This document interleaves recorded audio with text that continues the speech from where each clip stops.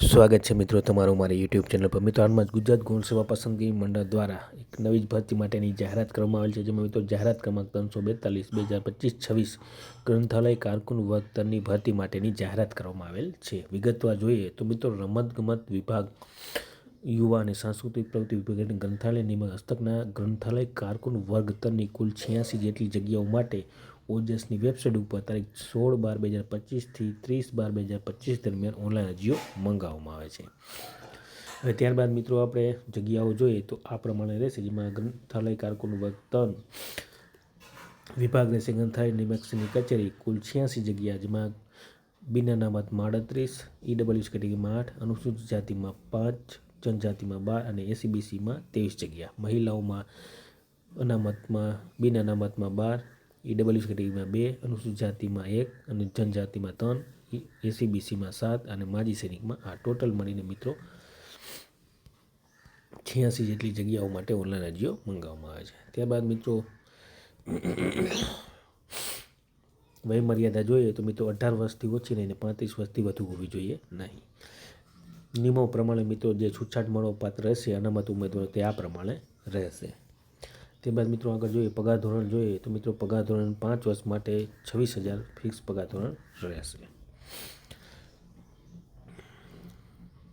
ત્યારબાદ મિત્રો શૈક્ષણિક લાયકાત જોઈએ તો આ પ્રમાણે રહેશે, જેમાં તો bachelor degree in the library and information science અથવા library science obtain from any of university અથવા ઇન્સ્ટિટ્યૂટ એસ્ટાબ્લિશ અથવા તો incorporated by the under the central અથવા state act in the India અથવા any other education institute recognized such or declare to be deemed to be university section 3 of the University Granted Commission Act 1956। તો આ પ્રમાણે મિત્રો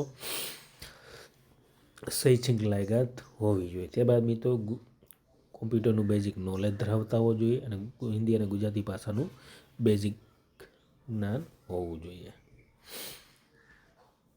SEBC ઉમેદવાર જે મિત્રો criminal હોવું જોઈએ તે 1/4/2023 થી 30/12/2025 દરમિયાન મેળવેલ હોવું જોઈએ। ત્યારબાદ મિત્રો ઈડબ્લ્યુએસ કેટેગરી ઉમેદવારો પાસે 30/12/2022 થી 30/12/2025 દરમિયાન મેળવેલ સર્ટિફિકેટ હોવું જોઈએ।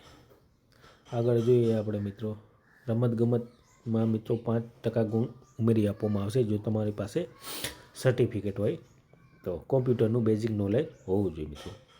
ઓનલાઈન અરજી મિત્રો 16/12/2025 થી 30/12/2025 દરમિયાન તમે ઓનલાઈન અરજી કરી શકશો। ફી જોઈએ તો મિત્રો ફી તમારે આ પ્રમાણે ભરવાની રહેશે, જેમાં બિન અનામત ઉમેદવારો 500 રૂપિયા અને ત્યારબાદ અન્ય તમામ કેટેગરીના ઉમેદવારોએ 400 રૂપિયા ફી ભરવાની રહેશે।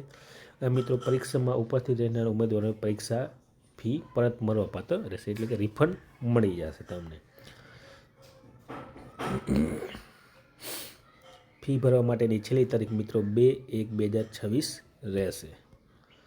ઓનલાઈન ફી તમે ભરી શકશો। હવે પરીક્ષા પદ્ધતિ કે અભ્યાસક્રમ જોઈએ તો મિત્રો પાર્ટ એમાં જોઈએ તો તાર્કિક કસોટી તથા ડેટા ઇન્ટરપ્રિટેશન 30 માર્કનું, ગાણિતિક કસોટી 30 માર્કનું, ટોટલ 60 માર્કનું રહેશે પાર્ટ એ। અને પાર્ટ બીમાં જોઈએ તો ભારતનું બંધારણ, વર્તમાન પ્રવાહ, ગુજરાતી, અંગ્રેજી, પ્રોવિઝન 30 માર્કનું, સંબંધિત વિષય અને તેની ઉપયોગને લગતા 120 માર્ક, ટોટલ 150 માર્કનું પ્રશ્નપત્ર રહેશે। તો આ પ્રમાણે એ અને બી પ્રશ્નપત્ર રહેશે મિત્રો। સમયગાળો રહેશે મિત્રો 3 કલાકનો, કુલ 210 પ્રશ્નો રહેશે।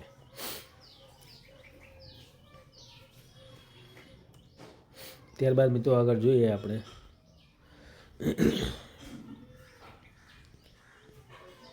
જે અગત્યના મુદ્દાઓ છે તેની ચર્ચા મિત્રો કરો ને અથવા તો વિડીયો લાંબો થઈ જાય। તો આ પ્રમાણે મિત્રો ગુજરાત ગૌણ સેવા પસંદગી મંડળ દ્વારા 12/12/2025 દરમિયાન ગ્રંથાલય કારકુનની કુલ 86 જેટલી જગ્યાઓ માટે ઓનલાઈન અરજીઓ મંગાવવામાં આવે છે।